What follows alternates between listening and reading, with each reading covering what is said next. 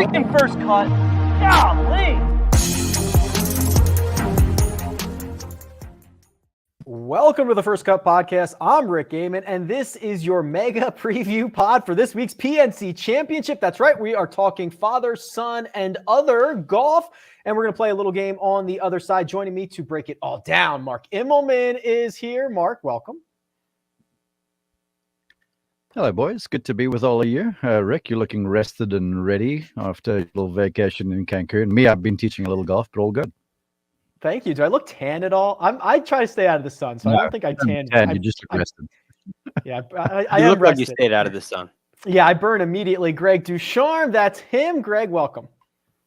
Great to be here. As always, I'll try not to be too polite tonight, as I've been accused of in the past. But Rick, you do look rested. It looked like a really fun trip. By the way, there's few things better than a nice all-inclusive. I've only done this once, and it was one of the best things I ever did. I don't really want to go on a nice vacation like you did without being at an all-inclusive resort. It's just there's nothing more relaxing than that.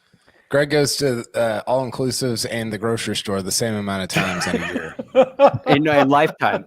If I went to an all-inclusive once a year, I mean, that's too dreamy for me. My wife was trying to figure out a path to move us there. I was like, I'm not sure that's, first of all, we can't live in this resort. We'd be broke in a week. Also, Kyle Porter is here. KP, I'm honored we could get you. I know you have been making the rounds. You've been on, national, probably international, I imagine, somewhere. Welcome. Good to see you. Well, I was on Mark's podcast. He's all over the globe, right? You're probably in space, Mark. Are you broadcasting in space? How many downloads do you get from the International Space Station, Mark? I haven't looked. We've been downloaded in over 130 countries. So you're global, man. You are Mr. Worldwide, Kyle. If you guys missed it on what's today? On Monday, I was on Golf Channel. I dropped an AirPod live on national television, and I caught it. Yeah, you caught it though. That was good. I caught it midair. I mean, these are like John Rahm like hands over here, just elite hands. And I was so that was the most exciting part of the media tour, was catching an AirPod live on national television. It almost looked like you planned it. It was like a move to show off a little bit. If I would have planned it, I would have made a comment about the Tom Watson headphone thing. Right. It was a perfect relation. I didn't even think of it. Shane Bacon, who is the host, he thought of it and said it. I just complete whiff on like one of the 10 illustrations from the book. So no, it's been fun. It's been an overwhelming last week. I'm very grateful to I'm grateful to everybody that promoted and has talked about it. It's been the reception of the book that I wrote has been way beyond what I ever imagined it would be, and I'm really, really glad for that. So I appreciate all that. And he's moving to the swanky neighborhood in Dallas too. Have you heard? He's moving house to North Dallas. No, I'm not.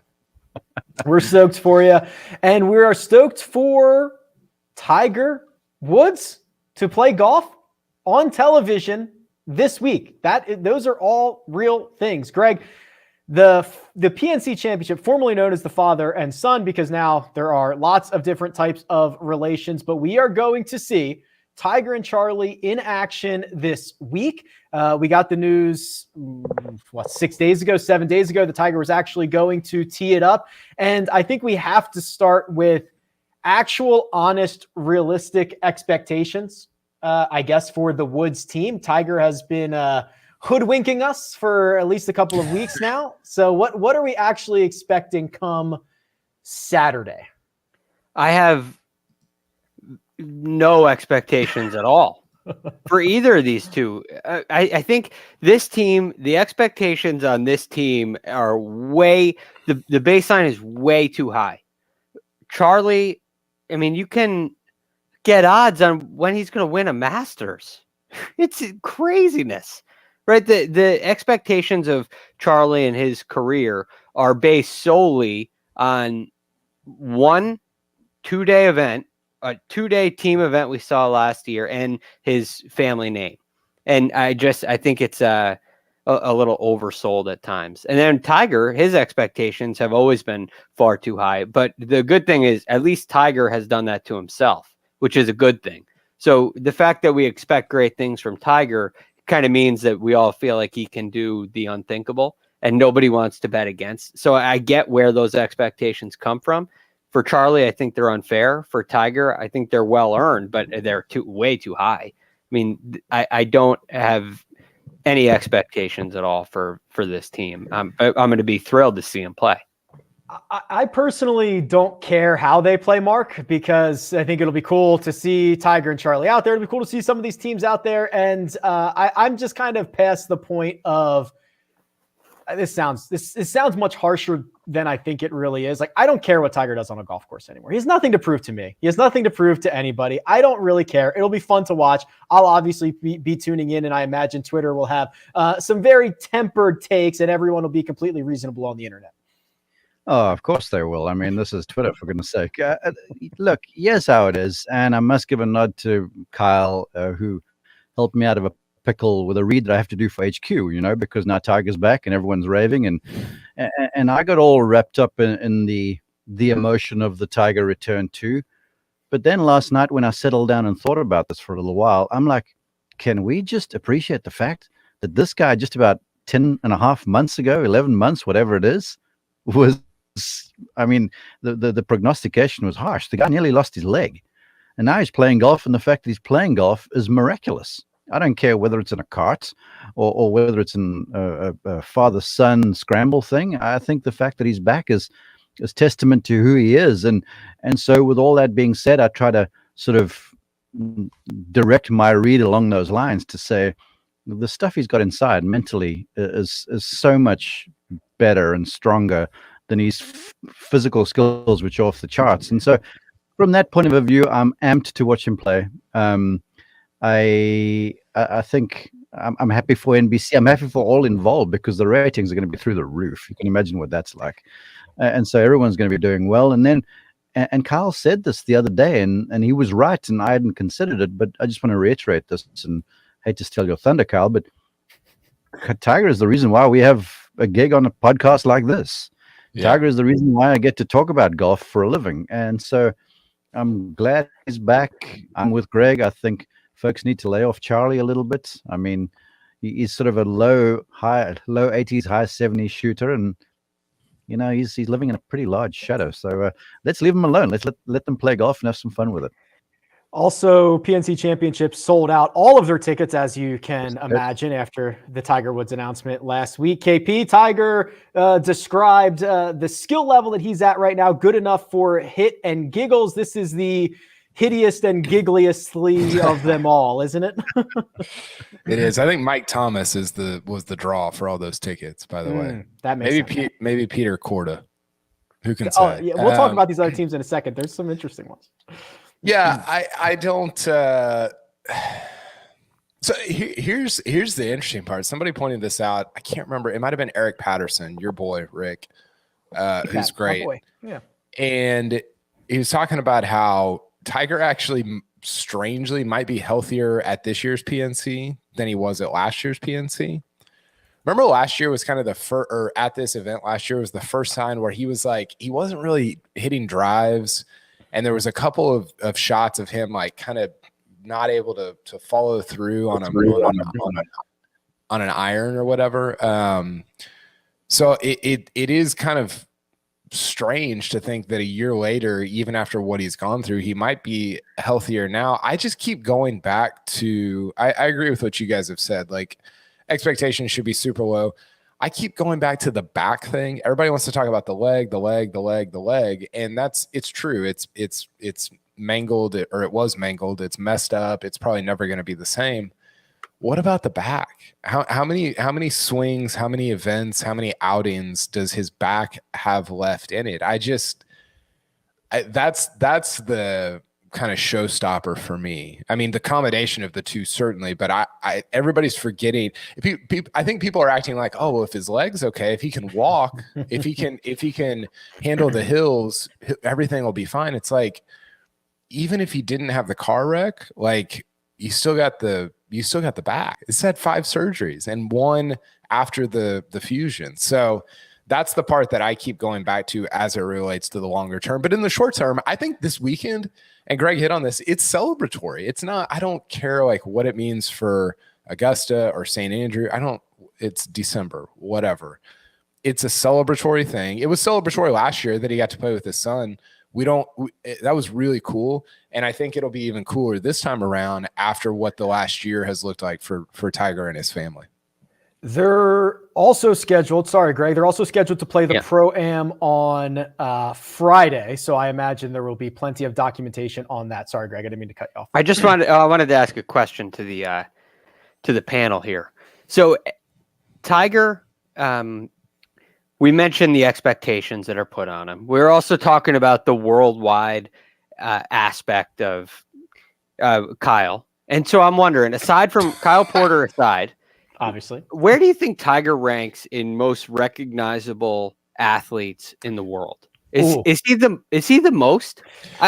I don't know. He's not number 1, but he's like top 3, Kyle. I think he's the most famous human being on earth.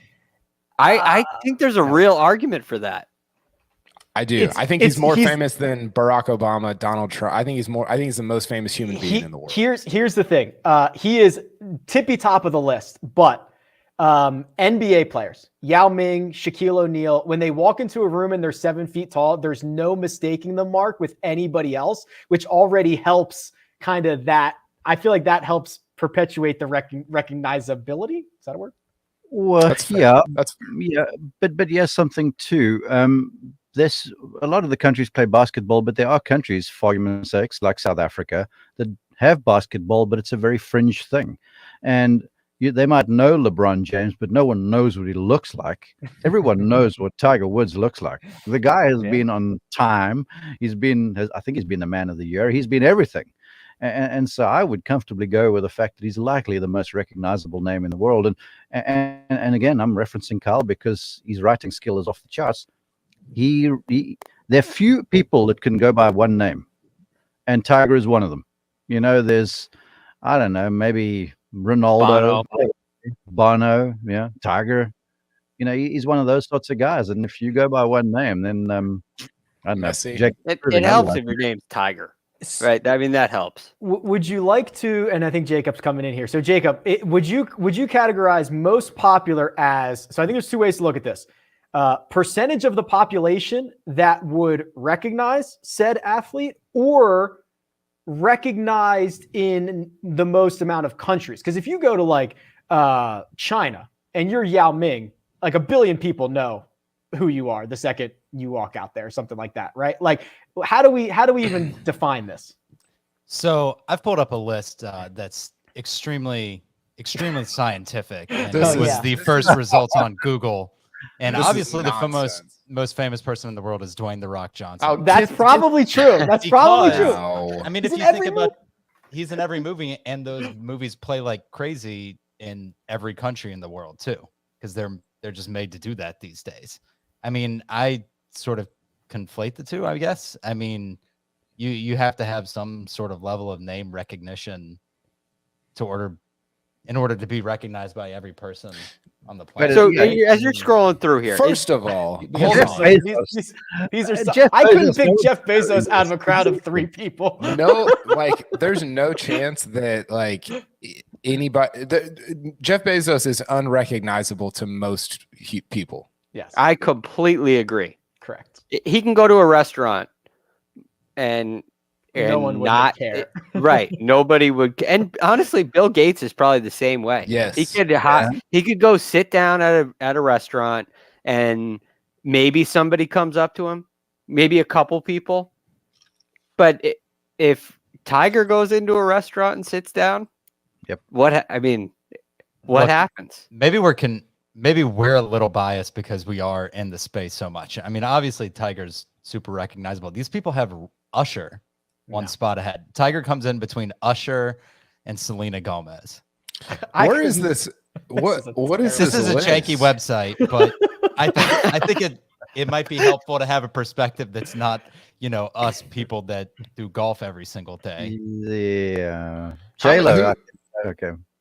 Who Should have ha- Shakira up there, too. What about I mean, Michael he's above a Jordan? Kim Kardashian. Kim I didn't even see Kardashian? Jordan. Kim on this Kardashian list. has to be more famous than Usher, right? By a billion miles.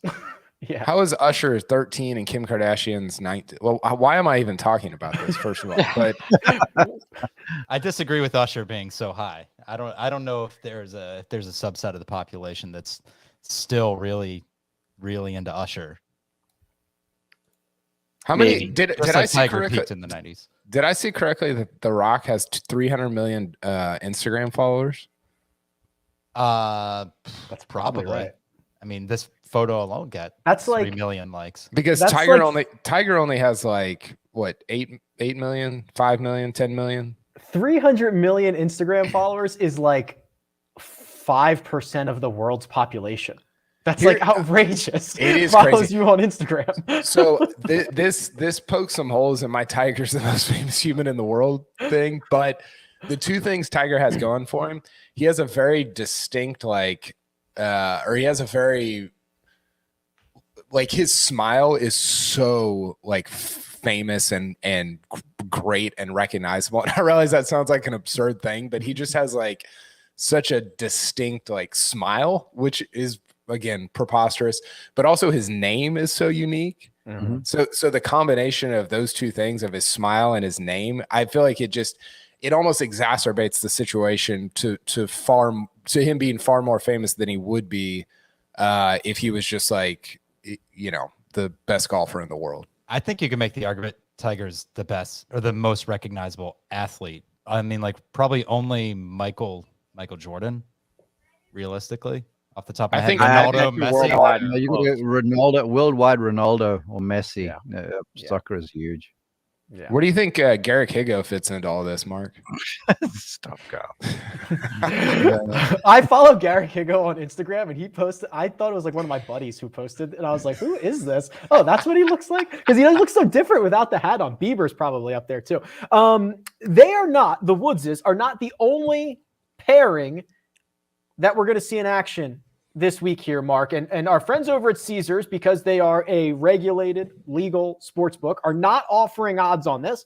But if you click around the dark web, you might be able to find some odds. And the favorites are the Thomases.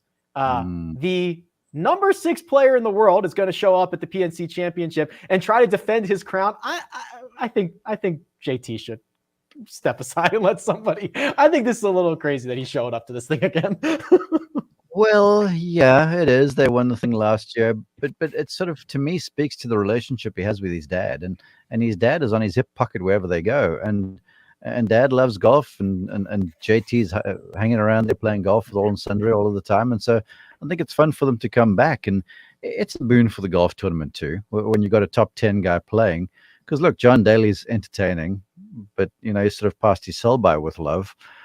Stenson, Duval Company, same thing. Trevino's going to be entertaining, but Woods is the big draw. Justin Thomas is the big draw too. And here's the thing, Rick: if you're the defending champion, you can't not show up. I don't care what your world ranking is. And so there's some professional courtesy, I'm sure, involved there too. So they should be the favorites. He could probably play his own ball and have Mike putt once or twice, and that'd be just fine. I think they might be Greg, the Sinks, Stuart Sink and son Reagan, the Kuchers, the Dailies, and then the Woods. Those are your kind of favorites in this, but there are some interesting teams. Nelly, the number 1 female player in the world, Nelly Korda, going to play with her father, Peter, the arguably most athletic family on the planet. There are some interesting pairings that we're gonna see over the weekend outside of just Tiger and the Thomases and the Dailies. Yes. Now, I will say, first of all, I think when you look at this from a betting perspective, I understand where you're coming from, Rick, where maybe JT should sit a year out. Because you look at it, and I He's going to beat up on a bunch of teenagers. Right. So I totally get that. It doesn't seem like there's any other play from a betting perspective, because you just know that JT is going to win. So, but that ultimately, this is not what this event's about, right? It's a celebration, and we're going to have everybody's going to go have a great time. But an interesting team to me that I think it is a lot longer than I would expect, unless I'm just misreading, the Sings. Team Sing to me is Yeah, 12 they to 1. were running Strong. last year. Really strong team. And you know how seriously they're going to take it. VJ takes everything he does really seriously. And his son's a really good player too. So that team really piques my interest from a competitive standpoint. I expect to see them near the top, and that number seems a little long to me, a little longer than I would expect. Give me the Cordas. What do we know about Peter?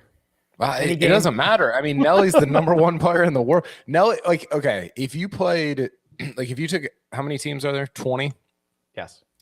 If you took all 40 people in this field and played straight up from like the back tees, she would finish third. Behind who?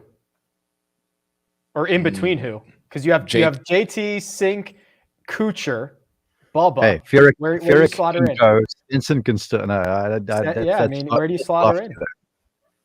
I would have said, but well, third. I don't know. Where would she finish? Would she finish second? Would she finish? You think seventh? she's going to beat Henrik Stenson? I think Nelly Corda is better at golf than Henrik Stenson from the same tees. I do. Whoa. Okay. I'm not as.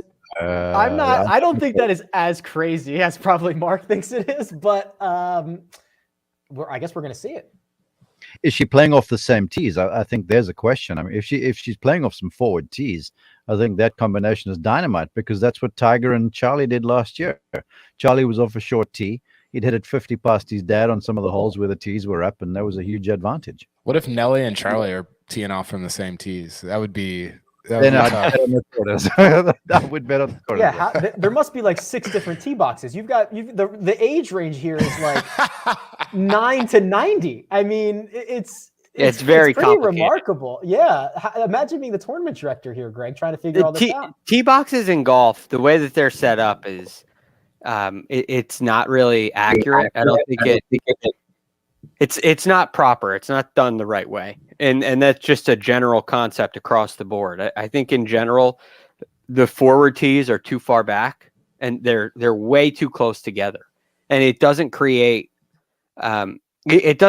similar shot values into greens. And it's really hard to do. So I'm not being really critical here and saying that there's, this huge problem, but it's not done the right way. And you get into an event like this and you can see it.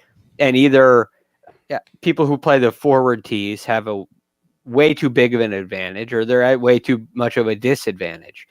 But I do remember Charlie having a really big advantage last year, but at the same time, he was 11. So, he's right. Is that how old he is? Is he 11? 12? He's 12 now. Yeah, he's 12. Okay. Yeah, but what, he's 12 years old. He probably hit it like 220, 230 off the tee, right? And on a 390-yard hole, he's giving his dad a flip into the greens. I think that was a well. huge That's advice. the thing, right? It's what he gives his dad. Now you add the team element into it, and you take tee markers that are already disproportionately placed, and not saying that they're wrong. Again, it's hard to do, and I don't know if there's a right way to do it. But and then you add the teammate playing different tees, and it's really complicated. So it can get a little. It skews the competition. Let's just say that, and it makes a big difference. So people holler at us all the time. People holler at me for saying I don't know about everything. Just trying to be honest there. I don't know most things. Why do people care about that, KP? That's generally the number one complaint about you is that you say I don't know. Why do people care? I actually think it's a quality that is quite admirable. Yeah, it's like, well, what do you want me to lie or fake something? I guess.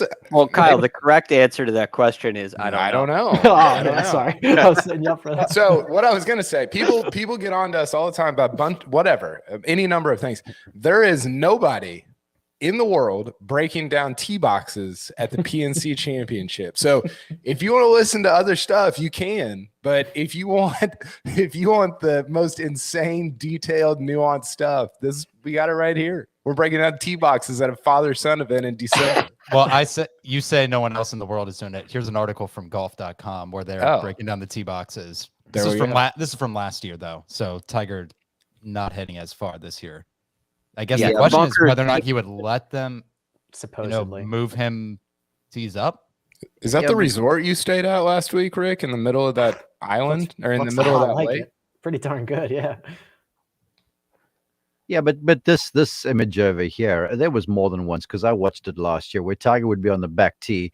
He'd say, "Charlie, go ahead," and then Charlie would be like, "Yeah, Dad, I caught this thing square," and Tiger's like, "Sure, I'm done," and he wouldn't even hit. Yeah. He'd walk up to He'd- where he was. So this is one example of 14 tee shots for Pete's sake.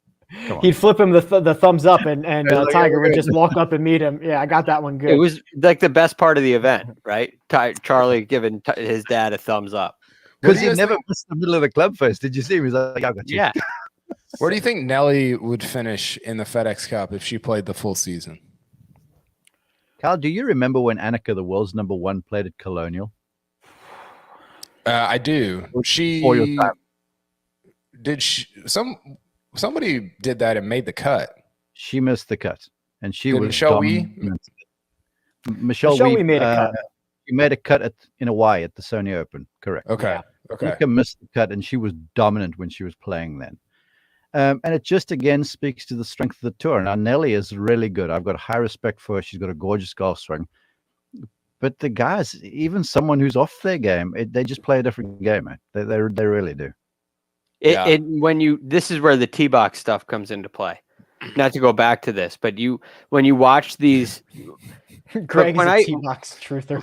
Yeah. No, but it's a not to go back to noticeable it, but difference. here's 10 minutes on it. When you watch the best female players in the world and Corn Ferry Tour players in the men's game who are trying to make it, and you put them on the same golf course, the difference expands. It's not necessarily a fair description of skill, but the golf course they play is completely different. I mean, I could tell you countless stories about the length guys who you have never heard of and never will hear of, how long they hit the ball and how good they are, and they can compete, but they can't compete with players on the PGA Tour.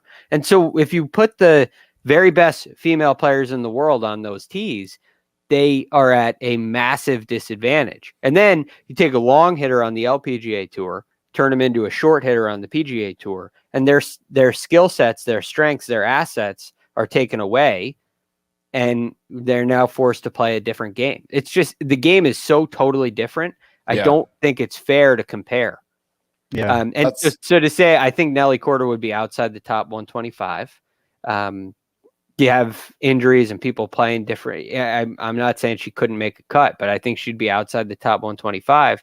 I just don't think that it's fair to really compare. And That's a great point. earlier last week, I spent some time with Lexi Thompson, she can hit it off the tee. She's normally in the top 3 or 4 on the LPGA Tour. And yeah, recently she played alongside Bubba, and she played off the championship tees, which was impressive, and held her own. But she only averages, and for you strokes gained off the tee guys, she only averages like 280 yards or so. That is short on the tour, as you all know right now. And so then to build on Greg's point, she's not only going in there from longer range, but she doesn't hit the irons as long. Greens are firm, flags are tucked. It becomes a different proposition entirely. This Jacob's got it here as well. Nelly Korda 7th on the LPGA in driving distance last year, 275 yards. That would put her, and these are measured obviously a little bit differently, that would put her 236th on the PGA Tour. She'd be Graham McDowell. That's the comp. There you go. Jacob's got it here. Scroll Wow, down. that's There we go. Longer Brendan than longer than I would. Todd. That's longer than I would have guessed. Yeah, she can move it. She can move it. But still, at the end of the day, leaving a lot of meat on the bone. And KP, thanks to our friends over at Butcher Box, you leaving meat on the bone is not something that I think you do often, is it? Do we even need to do the ad read? That's the whole thing right there. So I was telling y'all I had a Butcher Box experience. I didn't past tense have the experience, but my neighbor, who's from Louisiana, knows how to cook meat. He's got one of the. Do you guys have the green egg things? Yeah. That's the grill, like, right? Yeah. Okay. Yeah. So he's got one of those. He's always wheeling it out in his driveway pretty much every weekend to, smoke some stuff for the neighborhood and just kind of a communal gathering place in his driveway, and we've got all this meat from Butcher Box, and he is going to cook a lot of it he always makes a Christmas gumbo, which now that I say it out loud, it makes me sound a lot more Texan than I actually am. Yep. It's not a great thing to say out loud. It sounded good in my head, but he makes a Christmas gumbo and all this stuff goes in it, and it is fabulous, and it's going to be off the charts this year because we all have all this stuff from Butcher Box. So I am fired up about 2 weeks from now. Yeah, a Christmas gumbo, also very valuable to be friends with your neighbors, no matter where you live. Always very valuable. Butcher Box coming in handy there. No antibiotics or added hormones. Each box contains between 8 and 14 pounds of meat, but it's the convenience, Greg. It's what you want, right? You get to pick out, customize this, get sent all your favorite goodies. That to me is really the key. Yeah, what do you eat a lot of? You like to have a lot more chicken than pork, or vice versa. We eat a lot of chicken, a lot of ground beef in our house, and I tell you, the steaks are pretty good too, worth your while. But tonight, for instance, I'll be having leftover lasagna with ground beef from Butcher Box. Last night, my wife made a lasagna, and she made way too much of it. But fortunately, we had the meat. So she made all this lasagna, and it was some of the best I've ever had. I cannot wait to get home right after this. And let's just say I'm rushing to get off now that you got me thinking about it. Do you cook, Greg? No. He was offended. I went to the grocery. I went to the grocery store. I feel like we've talked about this indirectly. No, I cook breakfast. I mean, I make like a great buttered bagel, and the cereal that I make. You are the weirdest food person I've ever heard. You don't go to the grocery store. You're talking about buttered bagels. Yeah. Well, my son likes butter. He always wants he asks for that every day. Do you put it in a toaster, Greg? Do you toast it in the right in the toaster? So you have the extra wide toaster or just the regular? No, it's a regular, but it fit. I mean, does the it fits. Right. These aren't like from a deli or anything. These are just normal store-bought bagels. You toast them, throw a little butter on there. I personally don't eat these. I eat a light breakfast. Do you wear your Rihanna microphone when the kids enter for breakfast? Good morning. Good morning, Madonna. Kids. Yeah, I say good morning. I do a spin move, and they wait, and we get everything going. If that wasn't enough, this holiday Butcher Box is giving new members 1 pack of bacon for free in every box, plus $20 off each box for the first 5 months of your membership. That's free bacon for life and up to $100 off. Sign up at butcherbox.com/thefirstcut. Again, that is butcherbox.com/thefirstcut. Gentlemen, here's a fun little topic. Our very own Kyle Porter has been doing a lot of writing. One of the things that he has written are his very own best events of 2021.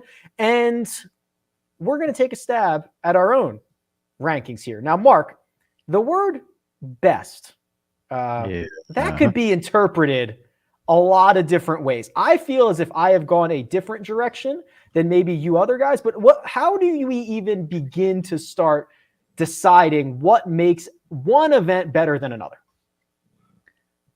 Well, I would think, for me personally, Carl and I had this chat the other day. For me personally, a lot of these are events that I've experienced personally. But I would say just the memorability aspect of it. You know, if you go to a pub or you go to your gumbo cook-off outside with Carl and company and you say, all right, 2021 golf, what's going on? And they go, well, how about Phil at Kiowa, or whatever the case might be. That's the thing. So for me, it's like when you play a good golf course, you remember all of the holes. You know, when I'm answering questions like this, it's the first things that pop to my mind. And so oftentimes, for me personally, it's events that I've likely been to or been a part of. Okay, fair enough. KP, we're going to use you as our barometer because you've actually gone on the record here, cbssports.com. You can check this out, and we are going to go 5 through 1. Why don't you start us off with your 5th best? And this does include majors, right? This isn't like the thing where we just do PGA Tour. Yeah. Okay. Yeah, it includes majors, and there's it's kind of a sliding scale, right? So I basically said, like, of course, you could always put the 4 majors as the top 4 almost every year because I would argue, this is a longer conversation, but I would argue that they're the most important by a pretty decently wide margin, not crazy, but enough that you could easily put them 1 through 4. But what I did was kind of compare each one individually to every other iteration that came before it. So, Interesting. So if you said like Riviera this year, how did it compare not to the Masters, but to Riviera in 2019, 2018, 2017? Obviously, we're talking more modern. We're not going to do the 11-hole playoff from the 1949 Motor City Open that resulted in co-winners. I refuse to include that in my comparison. So kind of a modern comparison. So number 5 for me was the Arnold Palmer Invitational. I did not feel crazy strongly about this. I think you could have put the Masters in there. I think you could have put the Players Championship. You could have put Riviera. You could have put a bunch of different stuff in there. But it was super memorable. I mean, we got a bunch of Bryson stuff. It was kind of the heart of the Spieth resurgence. Lee Westwood almost won. It was just a really, really fun weekend and entire event. Rory led for a while until he ejected on Saturday. So there was a lot going on there. We got the famous Bryson point over the lake.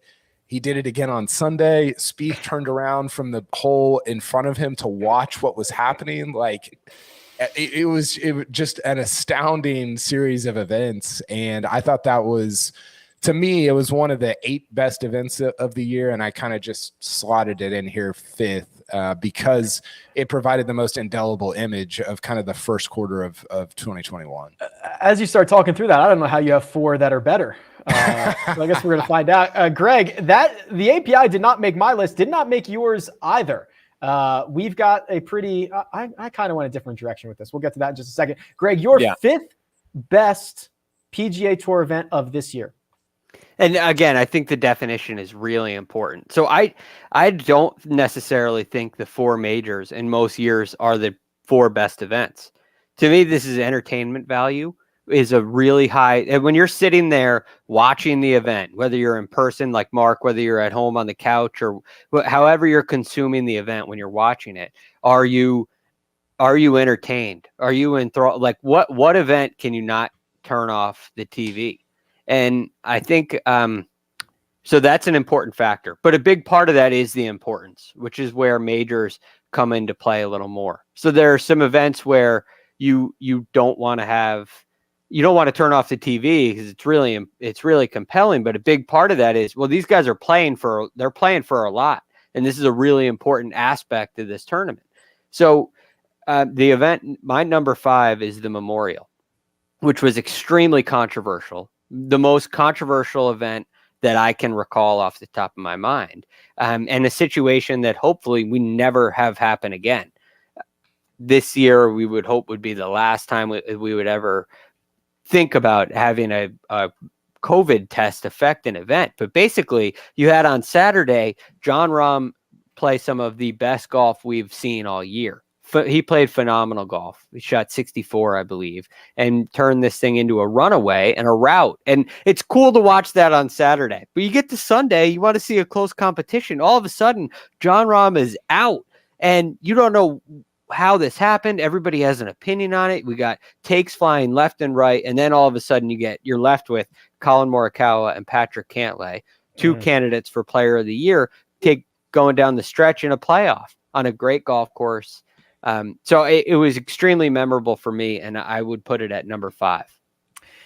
I was live on HQ, just ready to do like the post-round standard, nothing to see here. Let's talk about this coronation for Jon Rahm. And then in my ear, they say, Rick, something's happening. And I'm like, what is something's happening mean? And then they cut to the Raw. It just, yeah, that was quite memorable. I went with the BMW, which I know some of you have rated a bit higher here. That was the Patrick Cantlay, Bryson DeChambeau 6-hole playoff battle it out where Cantlay refuses to miss any single putt. Arguably one of the better finishes. That's my number 5. Mark, you, I believe, in your 5.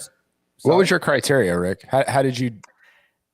It was a combination of like how I remembered it, how I remember feeling in the time. I like there's one that I omitted that I just like we'll get to in a bit, but yeah, I just very much was like, how did I feel about this? Did this make me feel something? Okay. And these are the ones that made me feel some type of way. Mark, your number 5 is the only one of us that had this event make it into their top. Yeah, well, I was there. I was a part of the call in the 8-hole playoff. But I want to say it wasn't necessarily an event. But this one, when I was thinking about memorable moments through the year, the Tiger Woods car crash the day after the Genesis sort of keeps the Genesis top of mind for me, because I could tell you where I was when I found out the news for it. It's kind of like you when you're on HQ and you get the news of Jon Rahm and the COVID debacle. And the whole year, or ever since we've come back from COVID, the lockdown, it seems like there's been something like this that's always on the go. Anyhow, but for me, my 5th pick was the Travelers. It's always a great event. It's just got a wonderful finish, that golf course, River Highlands. And then last time we were there were no fans. And this time to be back there in that amphitheater, it was jam-packed. And the folks are going bananas in there. And then to get an 8-hole playoff. And Harris English and Kramer Hickok were making some just superhuman saves. And it was going crazy. And ordinarily in situations like this on Sunday afternoons, when it's not a big event, like a major event, we'll have the producer going, okay, we're going to Golf Channel. And CBS never went to the Golf Channel, and they kept it on. And CBS typically doesn't ever, cut over 60 minutes. And they kept on going, and they kept it on CBS, which tells me how widely watched this thing was and how popular it was. And just the atmosphere there was bananas. And then to get done, and then the come down from the adrenaline, because we're on the golf course calling this thing, everyone's having a ball. And then we're driving back to the hotel, and because of COVID, we couldn't find a restaurant open anywhere. And there was no room service in the hotel and stuff. So it was such an adrenaline high to such a low in the space of about 45 minutes. It was crazy. So for me, I will long remember that Travelers event and being part of the call. As a Harris English backer that week, I remember being exhausted after that 8-hole playoff and all the 7 pars until Harris finally made a birdie. Did Harris make a birdie, or did Kramer Hickok make a bogey? Harris made a birdie. He made a birdie. Kramer made 8 straight pars. 8 straight pars. That's right. And let's forget, Harris made about a 30-foot birdie slider to get into the playoff or to post. Right. Yeah. Then he got up and down from a plugged lie in the bunker. Yeah, first that shot playoff. that shot was so good there. Yeah. Number 4, Greg. Mark has gone absolutely rogue in the outline, so he has deleted whatever your number 4 was. So I hope you remember. I hope you remember what it was. I forgot because I don't know what it was that I put in there, so I rely on the rundown. Fortunately, I'm just teasing. It was it was the BMW Championship for me. Okay. And this one, again, think about how engrossed are you by this event? Like this event was so cool because it felt like the Player of the Year race was up for grabs. It felt like the standings in the FedEx Cup playoffs, well, we know those are up for grabs, but it felt like the winner of this event was going to win the Tour Championship. It felt like a huge swinging moment, a huge momentum swing for Cantlay and DeChambeau. It was on a golf course that we didn't know, we're not familiar with, and at least in terms of the PGA Tour, and it created some great drama. There were birdies being made left and right, and the putt-in performance of Patrick Cantlay was, you couldn't believe what was happening. It was one after the next, and he never stopped. And I always get a feel like when a guy gets really hot like that, like it's going to wear off. And by the time you get to a playoff, when the pressure really turns up, you're going to start to miss. And but it never did for him. And Bryson was hitting incredible tee shots. It was just a great event that I will not soon forget. A literally historic putting week for Patrick Cantlay, gets the job done. I'll group some of these together. That was also Mark's number for the BMW Championship. KP, you and I both went with the same number 4. Please tell the people what it was. Yeah, U.S. Open at Torrey. could have been higher. The finish was incredible. John Rahm, the 1-2 uppercut finish, but the first 2.5 days were just there wasn't a ton. It almost reminded me of the I wrote this down maybe in the article on CBS Sports, but it almost reminded me of the 13 Masters that Adam Scott won over Angel Cabrera, where the ending is just like unfathomably good. But everything that led up to that was fine, but it wasn't like, we'll get to this one. It wasn't like the PGA where from Thursday morning on, it was just memorable moment after memorable moment. So I felt like Torrey lacked a little bit in terms of the narrative over the first couple of days, but then it made up for it in a huge way at the end. And we got a great winner, and we got maybe the best major finish since Sergio in 17 at Augusta. I mean, in terms of like the last hole. So yeah, there was a bunch of different stuff going on there, but because it was the US Open, because we got the number one player in the world winning, and because of the way he finished, I have it at number 4.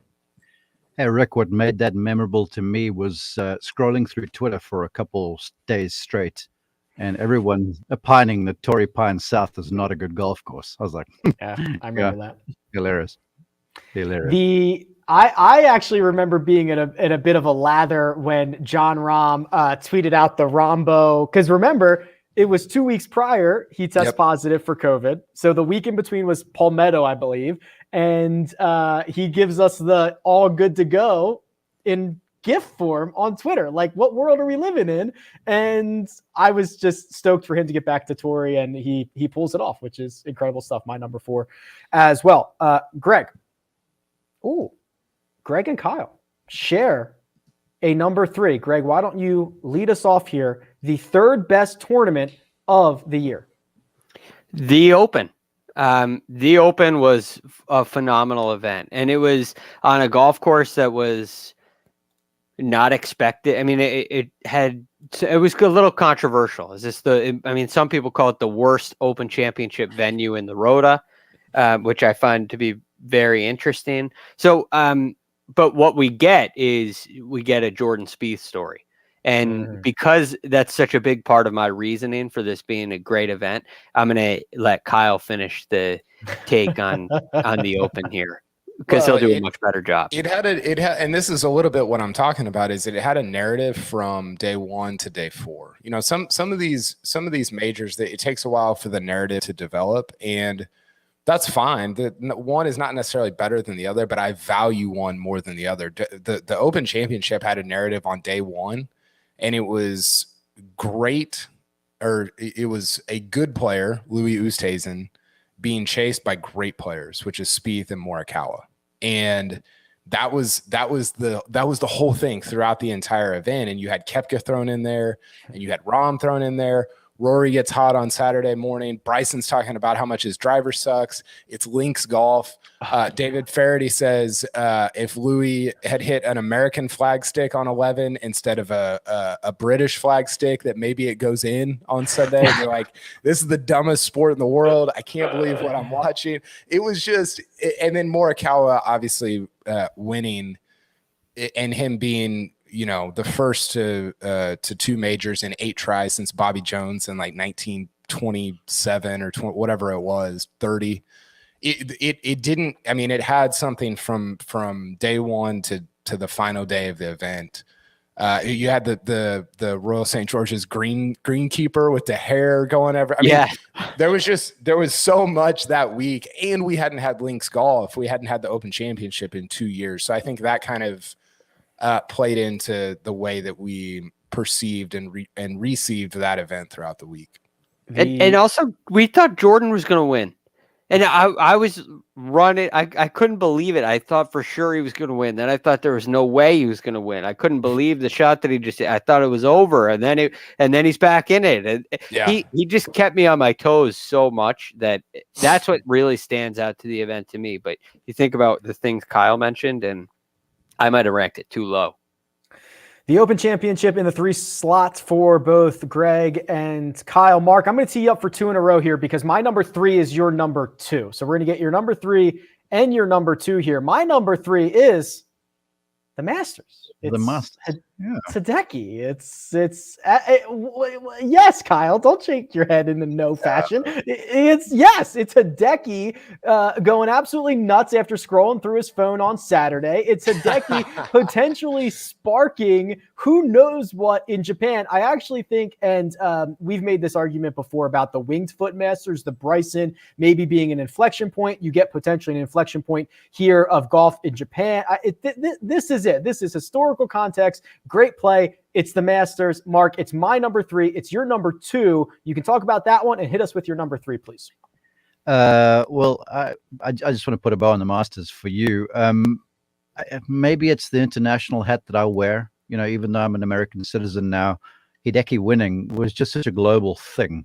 And its reach abroad was off the charts.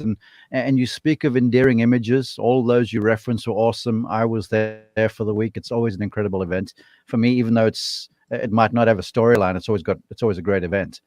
But there's an image that will be lodged in my head until the day I lay down and die. And that's Hideki's caddy, Shota, standing there on 18 green, taking their hat off, bending down and bowing to the golf course. And I was like, it moves me to this day. And it speaks to what the event represents. It speaks to just the kind of people that the Japanese folks are, the respect they have for it, and what the Masters means. And, for me, that's why if it wasn't for, some shenanigans for my number 1, the Masters would have been number 1. But my number 3, the players this year was bananas. I think back to last year when we were there, whenever it was, we were at the Players and the thing was cancelled before Friday morning teed off. And I remember driving home, and that's when the lockdown, essentially the PGA started to shut down. So to come back and to have fans and to have this golf course in pristine order, it's always an awesome event. And then the leaderboard was spectacular on the final day. I mean, we had Westwood and DeChambeau in the final group. JT was up there. Rahm and Sergio were competing. It was a whole bunch of really good golf. And then people were sort of ambling along there, and I was on the John Rahm group, who was just in front of Justin Thomas. And there was a little bit of a lull in the action. And I remember saying, they came to me and they're like, well, X. And I was like, right now with a stretch of holes 11, 12, 13, 14, I have a sense that one of these folks who are in position, Westwood was on 10, DeChambeau was there too, that someone's going to now make a move. And those words were barely out of my mouth. And this huge roar goes up. We were on 12T because there was a huge wait. Huge roar. Justin Thomas buries that 40-foot eagle attempt, sort of eventually canters to the win. It's 2 of the most awesome tee shots I've seen under pressure ever on 16 and 18, those sliding draw 3-woods. They were just spectacular. So the Players is always a favorite of mine, but this last year it was a tremendous event, great leaderboard, fantastic winner in Justin Thomas.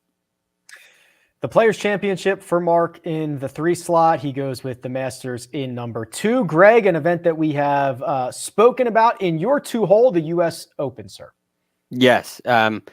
Again, the ending probably raises this. Had I gone through the entire year and documented every moment and gotten illustrations done, and I saw that coming. Also, Greg is low-key still bitter about the trivia, I think. He should be. I'm not low. That's not low-key bitter. I haven't slept since. He hasn't. Yeah, I was gonna say. There we go. Yeah, there's nothing low-key about it. I'm extremely bitter about it, and I'm upset. I'm upset with myself.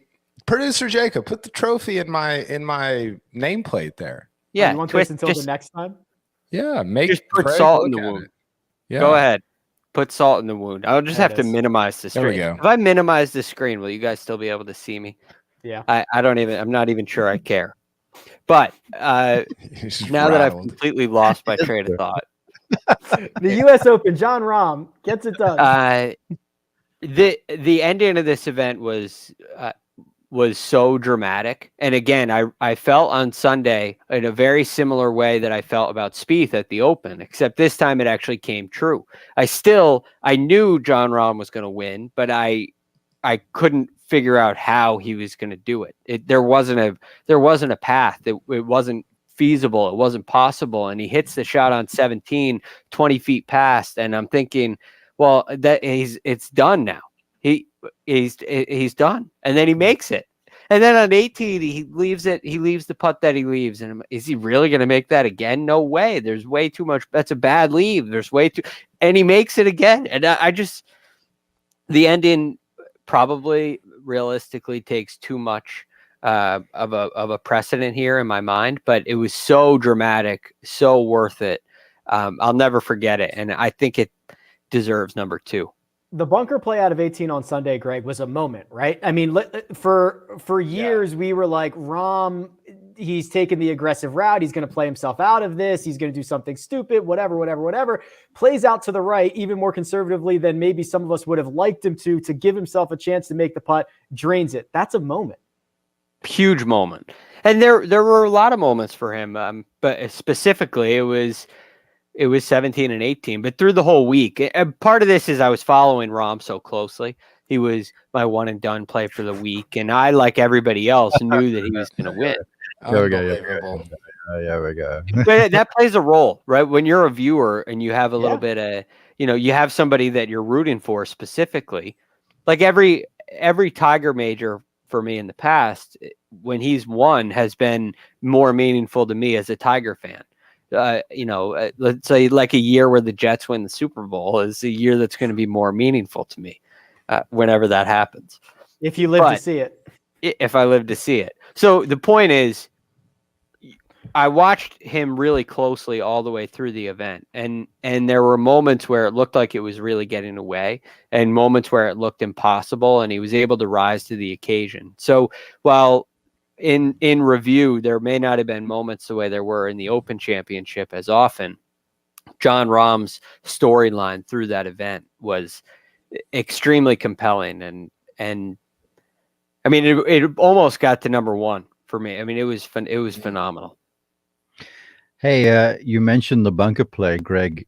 It was just a couple Players Championships ago on the 11th, that par 5 we talk about, where he's in the bunker trying to go for it in contention in the final round.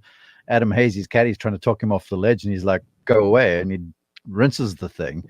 And it was nearly fisticuffs there in the fairway for a while. So to me, the play spoke of the maturity and the growth of Jon Rahm as the golfer.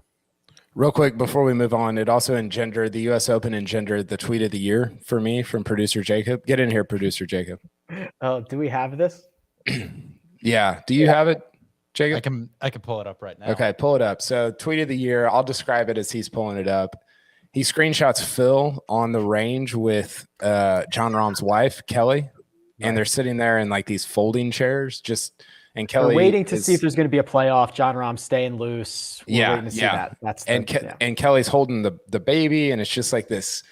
It's kind of a weird, but like it makes sense if you're in like when you have the context. But if you just have the screenshot of it, it looks really kind of bizarre. And the caption of it is. He says, so you can keep the $2 million from winning the U.S. Open, or I got a guy that can turn it into 10 by Christmas. I mean, it's brilliant because it's not that crazy, right? Like totally. This is the thing with all the Phil memes. You're like, I could kind of see that, maybe, So if you can pull it up, producer Jacob, that would be awesome for people watching on YouTube. I'm surprised we have it. Here we go. Yeah, here we go. There it is. Yes. Look, I gotta be honest. Crypto's taken a huge dump over the last week. I don't think that's 10 million. Yeah, that's right. We're only a couple weeks away from Christmas. Greg was the highest on the U.S. Open in the 2 slot. KP, you the highest on this event. One we've chatted a bit about, the BMW Championship, number 2. Yeah, BMW. It was just so arresting. The last and part of it was the last couple hours, 6-hole playoff between Cantlay and Bryson. It didn't seem like they really loved being in the same pairing together. It was pretty, not a lot of words exchanged. But even from the very beginning of that tournament, that was really at the height of a lot of the Bryson, the Brooksy stuff. He hits it in the water. I think it was on Saturday, and people start cheering. He almost shoots 59 on Friday. There was just a ton of different things that happened during that week, and it ended with him screaming at a fan as he walked off. Kevin Van Valkenburg wrote for ESPN.com about how, he's cursing out a fan who called him Brooksy right after the event ended. So there was the ending I thought was, it wasn't better than the US Open because it wasn't more meaningful, but I think for a longer period of time, it was more compelling. I mean, those last 2 hours were just, Bryce tells Cantlay to stop walking while he's hitting. There was just so many like little things that happen. Bryson posing with the fist pump on 16 after he makes birdie. So there was just a lot of different reasons, and Bryson being kind of the centerpiece of them, why that ranked number 2 for me.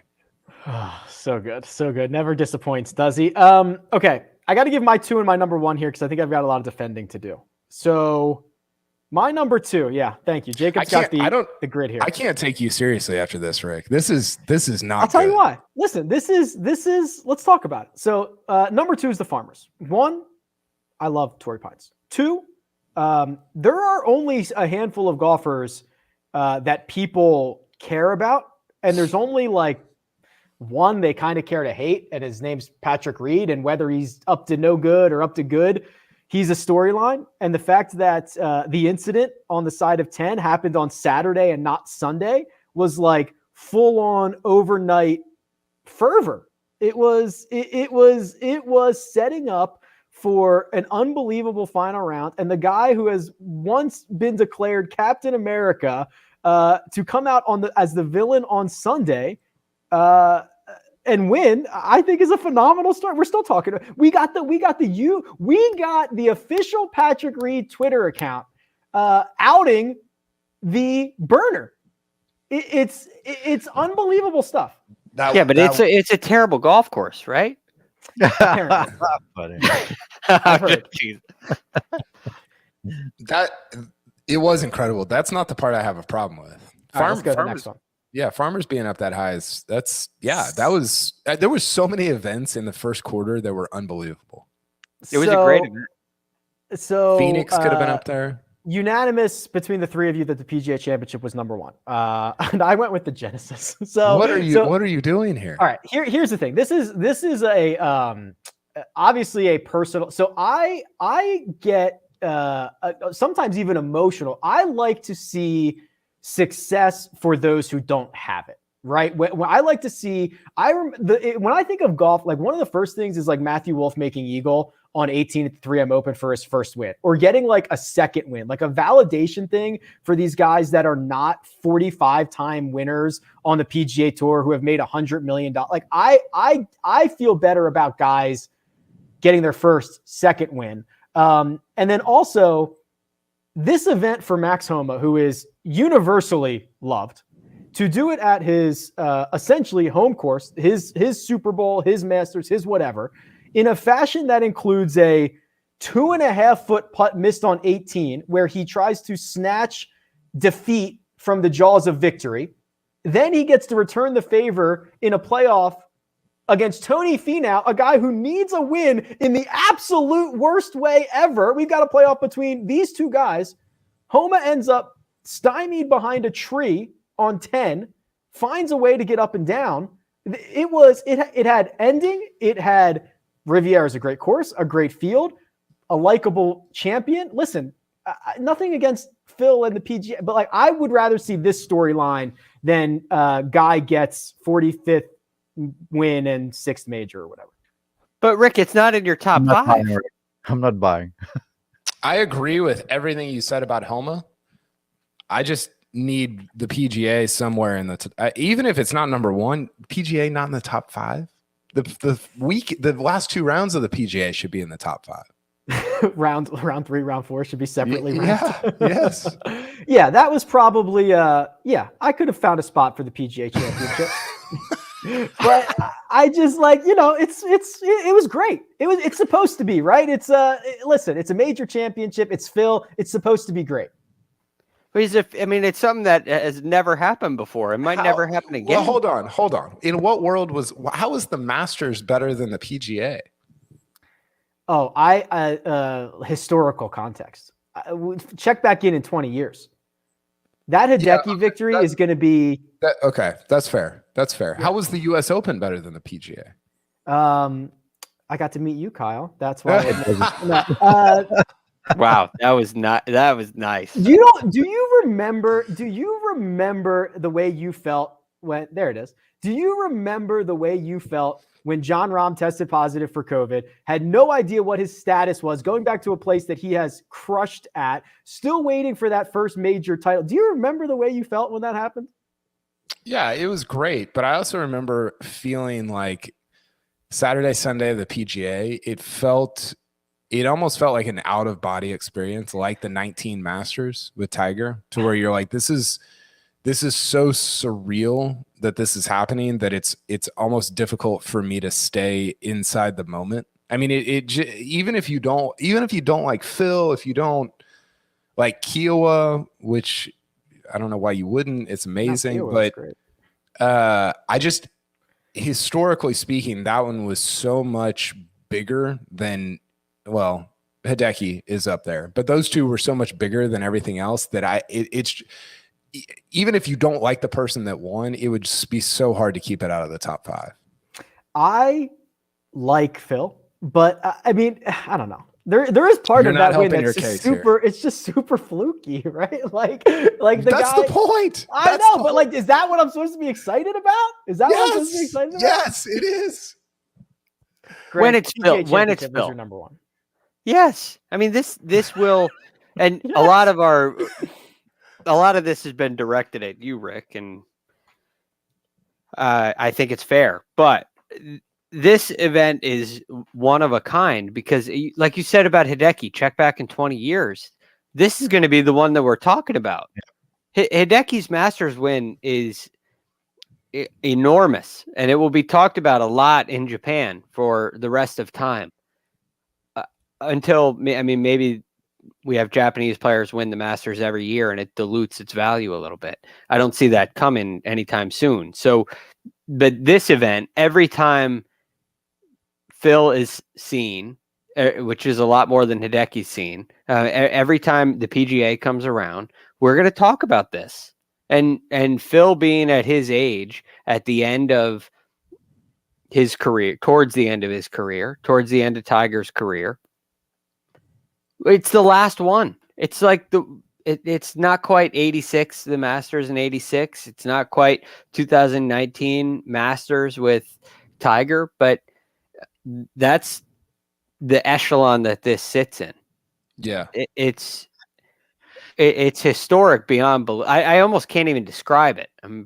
It's such a big deal. I have a hard time even describing it, and I don't feel apt to do it. I'll let Mark. It had like historical weight too, because it wasn't just old person wins PGA. It was, which is great. It was 5-time major winner makes it 6 and beats a 4-time major winner and another major winner in the process. So it was like real historical weight on a weekend, which we don't get that as often as it seems like we should. You know, sometimes we'll get like a 2-time major winner beating a couple of no-time major winners, but there was like, I wrote this in the book, there were like many Wikipedia pages that had to be updated after that event, right? Because of just how much historical context it carried on the weekend. And I don't know. Go ahead, Mark. Rick. Mark, I'll set you up with this here. The Padraig Harrington called it, quote, probably the best major championship setup he has ever seen. And it may have been equaled in the past, but could not have been better. That coming from a guy who's obviously played plenty of major championships. Well, that's the thing, really, because going in, the big storyline to me was the golf course. You know, everyone was talking about the Ocean course and how it could be downright nasty. It had whipped guys in the Ryder Cup when it was the war at the shore. And, you know, practice rounds, the wind was pumping it, and it could have been absolutely a catastrophe. And then the wind laid down and it sort of opened itself up a little bit. So from that point of view, it was the perfect palette. And Kerry Haig, just the tournament setup guy, whatever his title is with the PGA, just absolutely nailed the setup from how they moved the tees to where the holes were cut. It was perfect. And then you got Phil and Brooks in the final group. And to me, it was obviously Phil winning was a big deal. but the energy of the thing. I was on the second to last group, and you're walking down the fairway there with Louis Oosthuizen, who has a sort of an outside shot going down that stretch of holes, 11, 12, 13, which were hard if he gets through there with limited damage. But they were playing so hard into the westerly that stuff was just going sour. But the energy of the crowds.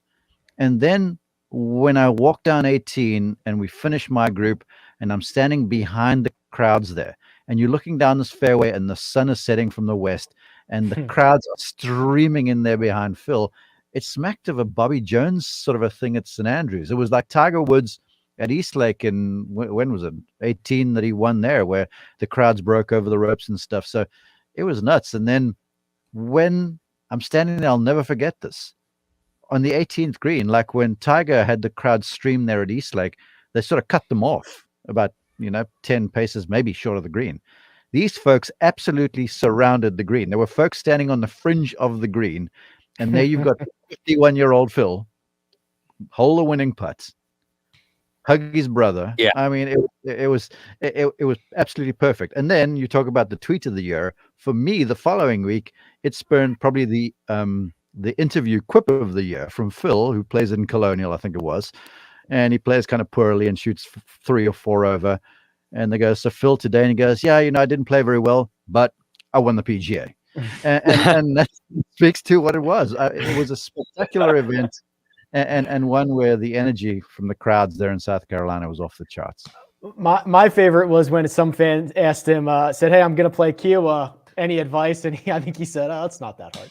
that was at the Ryder Cup. which is great. Great film material for a long time. CBSSports.com is where you can find Kyle's article here, some of his honorable mentions. Masters, Genesis, Phoenix, Farmers, Players, Travelers, the Ryder Cup, not included in this discussion. Probably should have talked about that at the onset.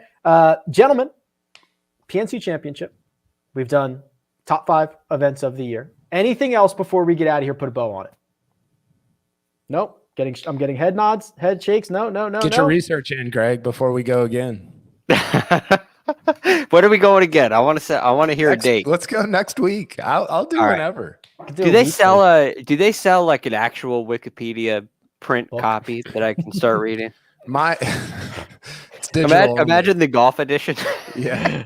We were scrolling YouTube last night, looking for something, like we were trying to find something specific, and we went past the cover of that trivia episode, and my wife, because it's like me holding my face, and my wife was like, what is wrong with you? You're a psycho. She doesn't understand the emotion that goes into that event. It almost cracked my top 5, and I'm still. I was gonna say, it sounds like Rick with the PGA. So good. All right, gentlemen, that'll do it. We'll be back soon. Mark Immelman, thank you very much. You can find him on Twitter at Mark_Immelman. That's Greg DuCharme. You can find him at The Real GFD, and our current and reigning trivia champion. That's him, Kyle Porter, at Kyle Porter CBS. Big thanks to producer Jacob behind the scenes. You can find me at Rick Run Good. This has been The First Cut, and we will catch you next time.